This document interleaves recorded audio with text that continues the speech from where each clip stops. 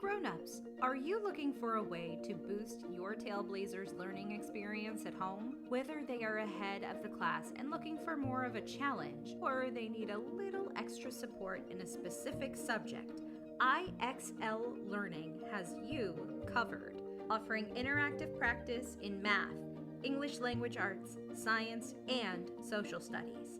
With personalized feedback, engaging educational games, and lessons organized by grade and topic, IXL helps kids learn in a way that's both fun and effective. I have heard from so many parents how helpful IXL's instant grading and progress reports are, giving them real-time insights into how their child is doing. Right now, Girl Tales listeners get an exclusive 20% off their IXL membership when they sign up at IXL.com/girltales. Visit IXL.com/girltales. Hey Tailblazers, I'm Rebecca Cunningham, and this is Girl Tales, a kids podcast packed with girl power and stories where every child's voice matters.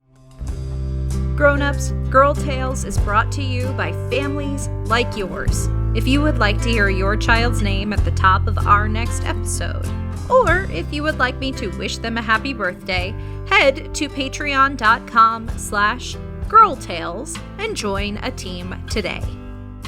Now on to our episode. This is Winnie the Bear and Eeyore's Lost Tale, an adaptation from Winnie the Pooh by A.A. Milne. When I was a kid, before I moved to Freshwater, my sisters and I had a babysitter who we called Grandma Nancy. Perhaps you remember her. Grandma Nancy was very good at telling stories about my stuffed purple bear, Winnie. She created a whole world about Winnie and her friends in a place called 100 Acre Wood. I longed to go there, and sometimes when she told me a story right before I fell asleep, I'd drift off and dream about Winnie and Piglet and Rabbit and Eeyore. Oh, I haven't told you about Eeyore yet, have I? Eeyore was a stuffed gray donkey that I got from the gift shop at a farm near Niagara Falls. I loved Eeyore, but so did my sister Mary. One night when Grandma Nancy was watching us, we fought over Eeyore.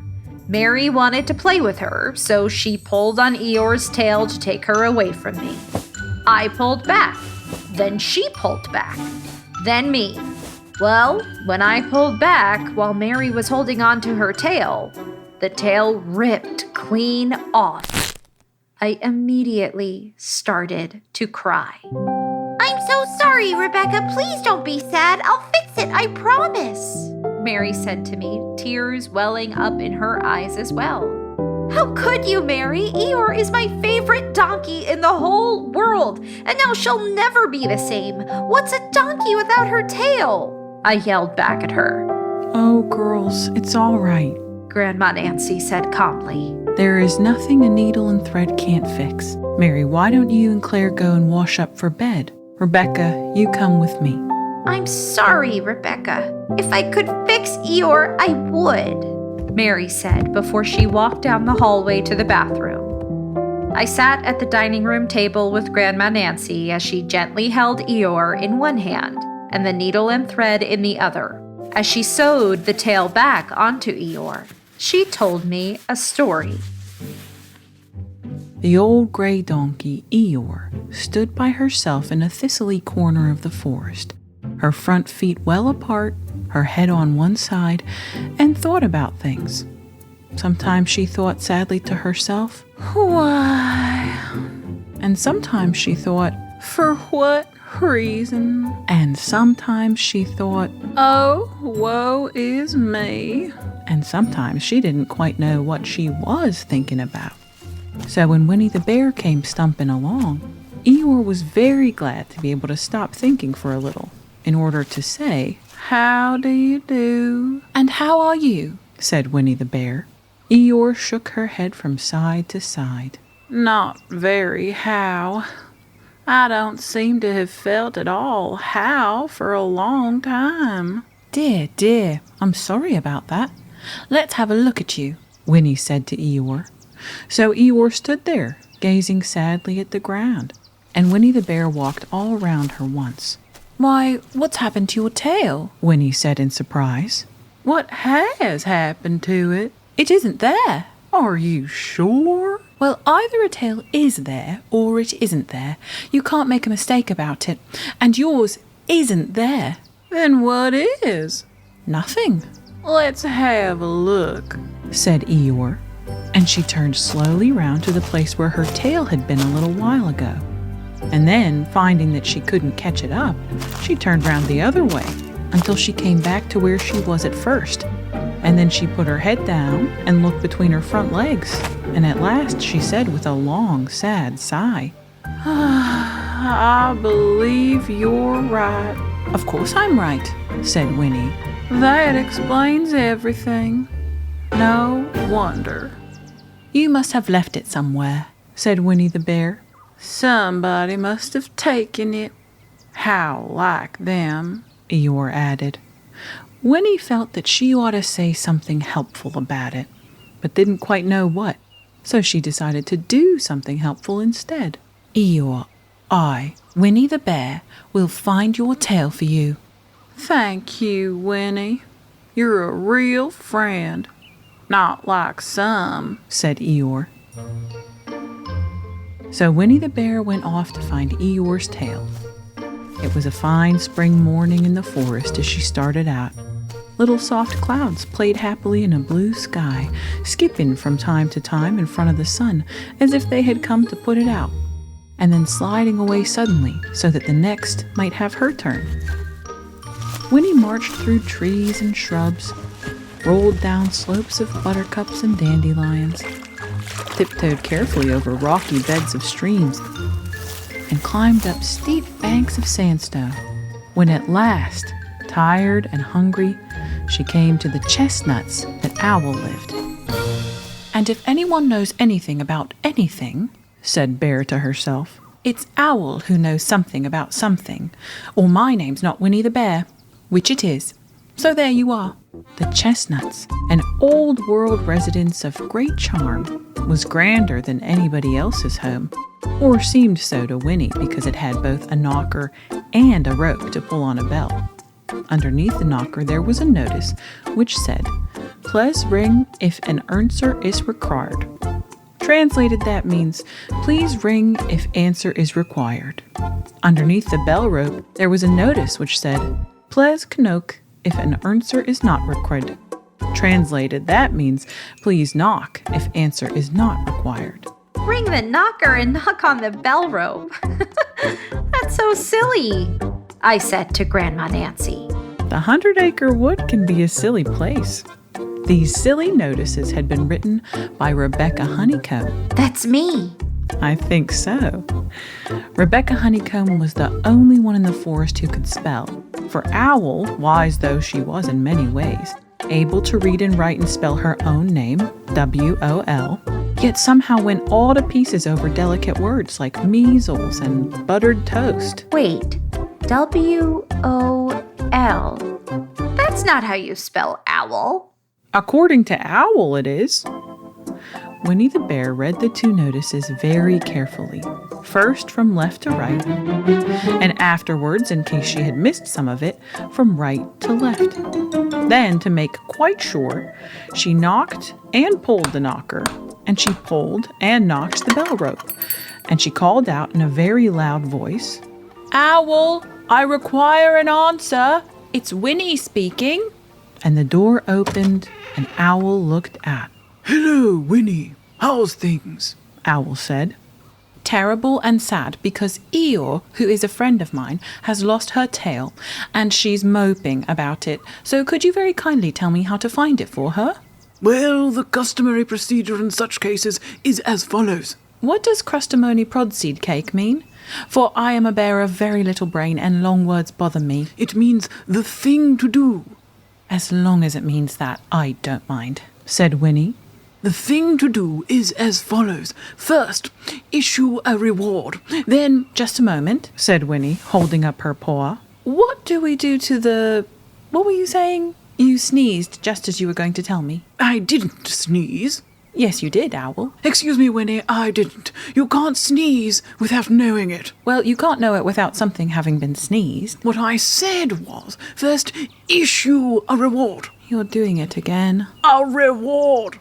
We write a notice to say that we will give a large something to anybody who finds Eeyore's tail. I see, said Winnie, nodding her head. Talking about large somethings, I generally have a small something about now, about this time in the morning.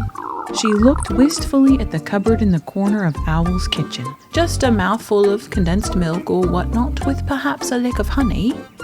Well then, we write out the notice and we put it up all over the forest. A lick of honey, or not, as the case may be.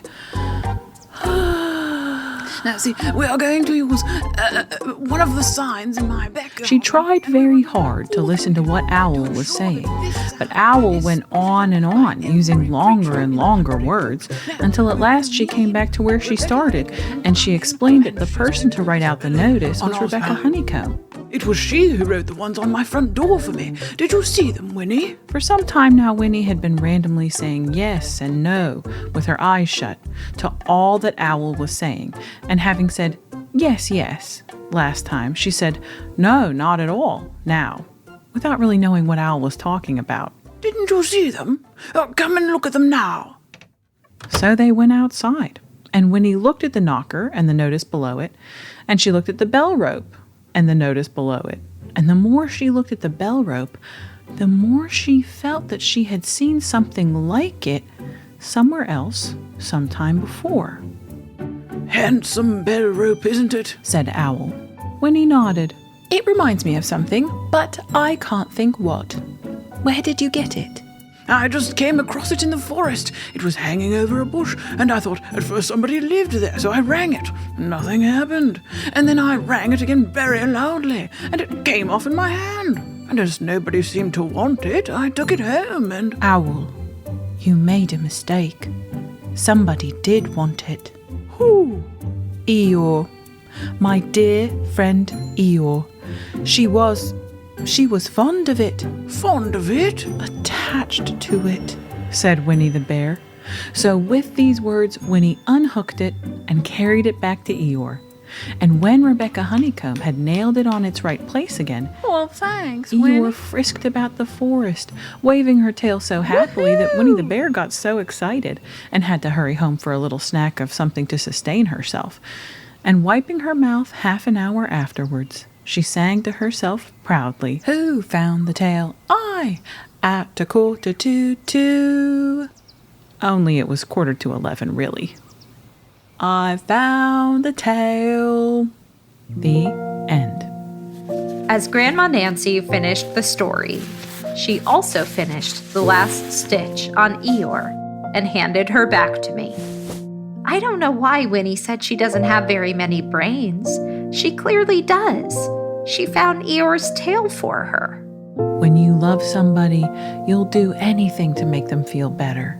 Just like Mary wanted to do for you. Yeah, I guess.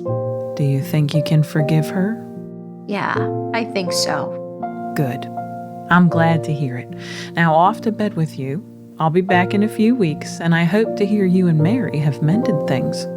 I went to bed that night and dreamt about the 100-acre wood again. This time, Mary was there, and so was our baby sister Claire.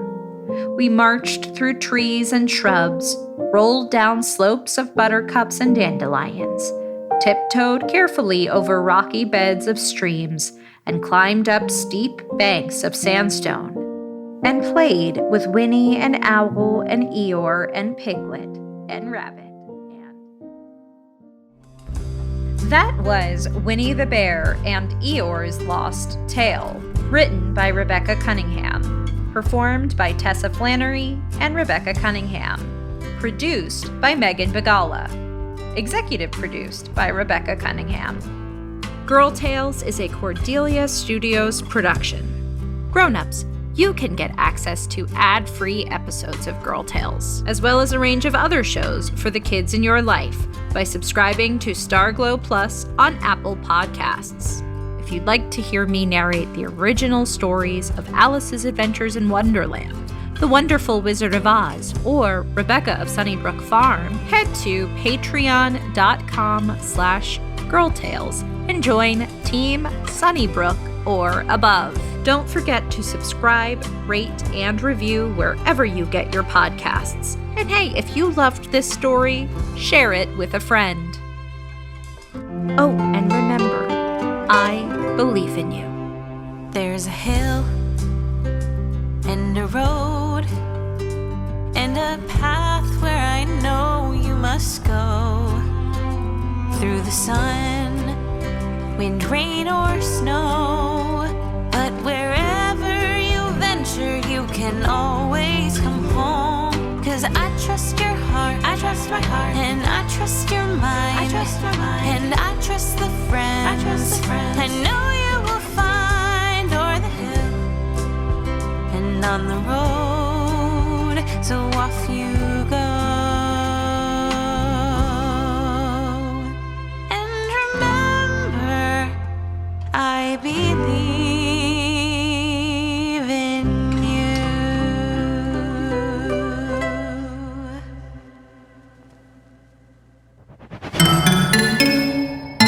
Starglow! Hey Grownups, is your kid a fan of ghost stories? Well then have we got the podcast for you. The new middle grade podcast, Ghost Tour, is out now. Follow Lee and Vern, two totally opposite teens, as they explore Jepson, widely known as the most haunted city in America. They'll turn their local ghost tour company upside down when they meet an array of ghosts, revealing hard truths about their hometown and, in turn, themselves. Ghost Tour, a spooky and funny podcast. You can listen to it anywhere you get your podcasts.